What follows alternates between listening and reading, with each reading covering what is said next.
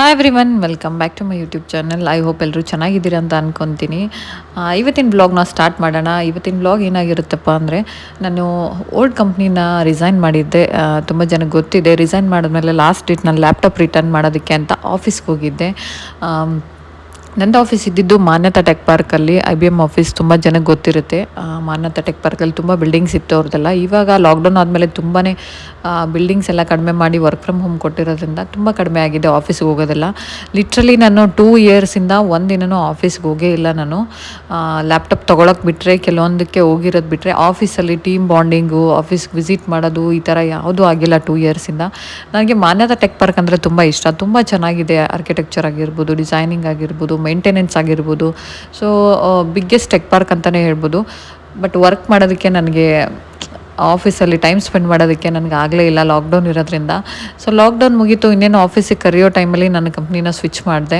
So ಹಾಗಾಗಿ ಮತ್ತೆ ಬೇರೆ ಟೆಕ್ ಪಾರ್ಕಲ್ಲಿ ನಾನು ವರ್ಕ್ ಮಾಡ್ತಾಯಿದ್ದೀನಿ. ಟೆಕ್ ಪಾರ್ಕ್ ನೋಡ್ಬೋದು ಎಷ್ಟು ಸುಂದರವಾಗಿ ಮೇಂಟೈನ್ ಮಾಡಿದ್ದಾರೆ ಅಂದರೆ, ಗಿಡಗಳಾಗಿರ್ಬೋದು, ಮೇಂಟೆನೆನ್ಸ್, ಕಸ, ಒಂದು ಚೂರು ಕಸ ಕಾಣಿಸಲ್ಲ ನಿಮಗೆ, ಅಷ್ಟು ನೀಟಾಗಿ ಮೇಂಟೈನ್ ಮಾಡಿದ್ದಾರೆ. ತುಂಬ ದೊಡ್ಡ ದೊಡ್ಡ ಕಂಪ್ನಿಗಳಿದೆ, ಎಷ್ಟೊಂದು ಕಂಪ್ನಿಗಳಿದೆ, ಅಲ್ಲಿ ವರ್ಕ್ ಮಾಡೋರಿಗೆಲ್ಲ ಗೊತ್ತಿರುತ್ತೆ.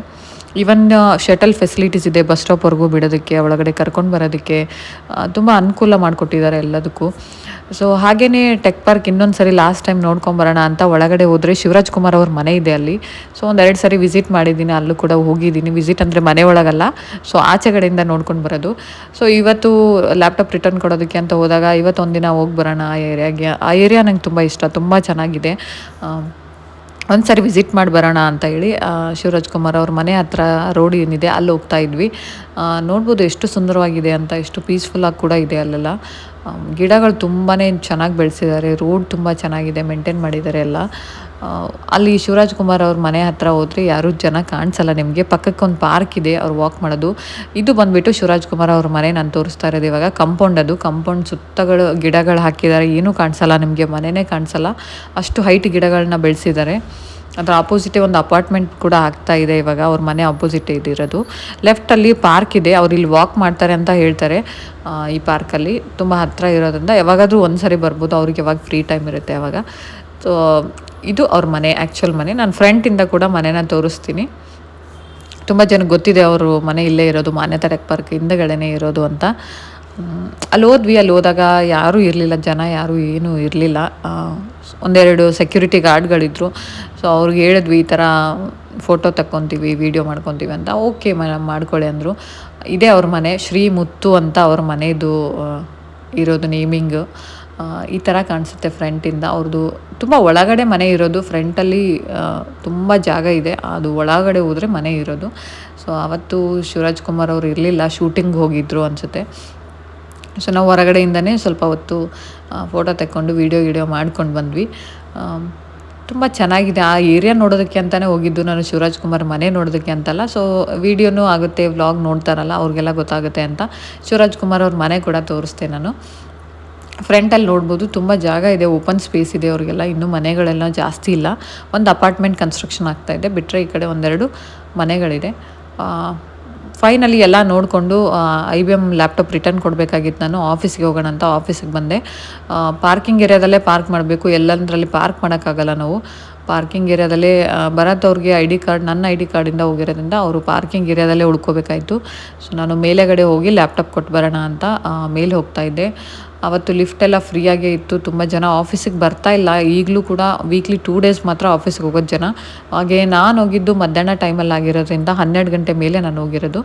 ಸೊ ಹಾಗಾಗಿ ಜನ ಯಾರೂ ಇರಲ್ಲ ಅಲ್ಲಿ. ಸೆಕೆಂಡ್ ಶಿಫ್ಟ್ ಮಾಡೋರು ಮಾತ್ರ ಆ ಟೈಮಲ್ಲಿ ಆಫೀಸಿಗೆ ವಿಸಿಟ್ ಮಾಡ್ತಾರೆ.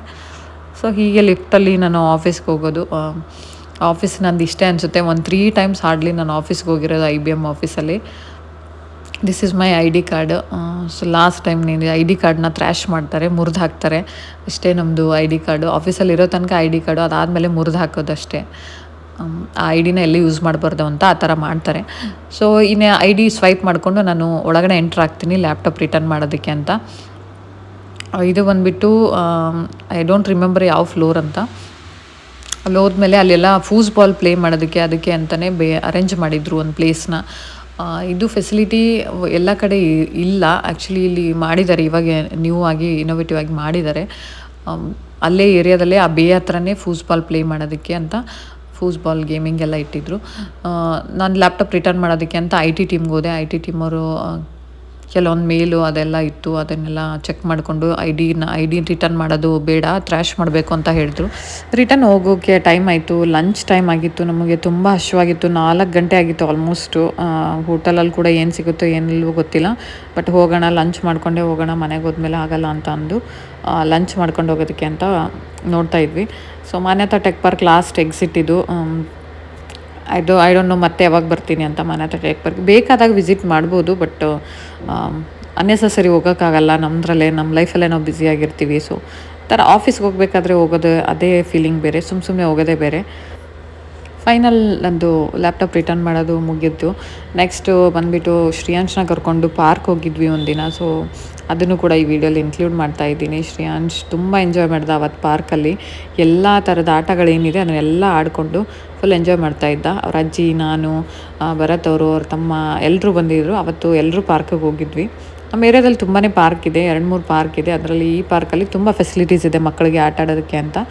ಸೊ ಆ ಪಾರ್ಕಿಗೆ ಹೋಗೋಣ ಅಂತ ಅಲ್ಲಿ ಹೋಗಿದ್ದು.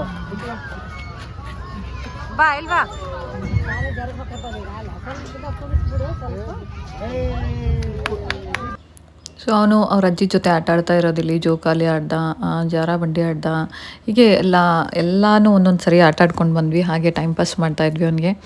ಅವನಿಗೆ ಈವ್ನಿಂಗ್ ಆಚೆಗಡೆ ಹೋಗಿದ್ರೆ ಬೋರ್ ಆಗಿಬಿಡ್ತಾನೆ, ಅಷ್ಟೊಂದು ಅಡಿಕ್ಟ್ ಆಗಿದ್ದಾನೆ ಆಚೆಗಡೆ ಹೋಗಬೇಕು, ಪಾರ್ಕಿಗೆ ಹೋಗಬೇಕು ಅಂತ. ಆ್ಯಕ್ಚುಲಿ ಒಳ್ಳೆಯದು ಮಕ್ಕಳಿಗೆ ಪಾರ್ಕಿಗೆ ಹೋಗೋದ್ರಿಂದ. ಮಕ್ಕಳನ್ನ ನೋಡಿ ಕಲಿತಾರೆ, ಎಷ್ಟೊಂದು ಕಲಿತಾ ಇದೆ. ಪ್ಲಸ್ ವಾತಾವರಣ ಕೂಡ ಅಡ್ಜಸ್ಟ್ ಆಗ್ತಾರೆ ಎಲ್ಲದಕ್ಕೂ. ಮನೇಲಿ ಇರೋದ್ರಿಂದ ಸ್ವಲ್ಪ ಕಷ್ಟನೂ ಆಗ್ಬೋದು, ಸಡನ್ನಾಗಿ ಬೇರೆ ವಾತಾವರಣಕ್ಕೆ ಹೋದಾಗ ಸ್ವಲ್ಪ ಕಷ್ಟ ಆಗ್ಬೋದು. ಸೊ ಹಾಗಾಗಿ ಈ ಥರ ಓಡಾಡಿಸ್ಕೊಂಡಿರೋದು ಕೂಡ ಒಂದು ಪ್ಲಸ್ ಪಾಯಿಂಟ್ ಅಂತ ಹೇಳ್ಬೋದು. ಹಾಗೆ ನಾನು ಅತ್ತೆ ಕೂಡ ಸುಮ್ಮನೆ ರಿಲ್ಯಾಕ್ಸ್ ಮಾಡ್ತಾಯಿದ್ವಿ. ಇದರಲ್ಲಿ ಕೂರ್ಬೋದು ಅಂತ ಪರ್ಮಿಷನ್ ಕೊಟ್ಟರು ಸೆಕ್ಯೂರಿಟಿ. ಹಾಗಾಗಿ ಅದರಲ್ಲಿ ಕೂತ್ಕೊಂಡು ರಿಲ್ಯಾಕ್ಸ್ ಮಾಡ್ತಾಯಿದ್ವಿ. ಬೈ ದ ಟೈಮ್ ಶ್ರೇಯಾಂಶನ ಆಡಿಸ್ತಾಯಿದ್ರು ಭರತ್ ಅವರು ಮತ್ತು ಪ್ರಭು. ಅವರೆಲ್ಲ ಒಂದು ರೌಂಡ್ ಎಲ್ಲ ಟಚ್ ಮಾಡಿಕೊಂಡು ಆಟ ಆಡಿಕೊಂಡು ಬರ್ತಾಯಿದ್ರು. ಯಾವುದಕ್ಕೂ ಅವ್ನು ಟಯರ್ಡ್ ಅಂತ ಅನ್ನೋದೇ ಇಲ್ಲ, ಬಿಟ್ಟರೆ ಅಲ್ಲೇ ಇರ್ತಾನೆ ನೈಟ್ವರೆಗೂ. ಹಾಗೆ ಆಟ ಆಡ್ಕೊಂಡೇ ಇರೋಣ ಅಂತಲೇ ನೋಡ್ಬೋದು. ಇಲ್ಲಿ ಇದನ್ನು ಕೂಡ ಆಡ್ತಾ ಇದ್ದಾನೆ.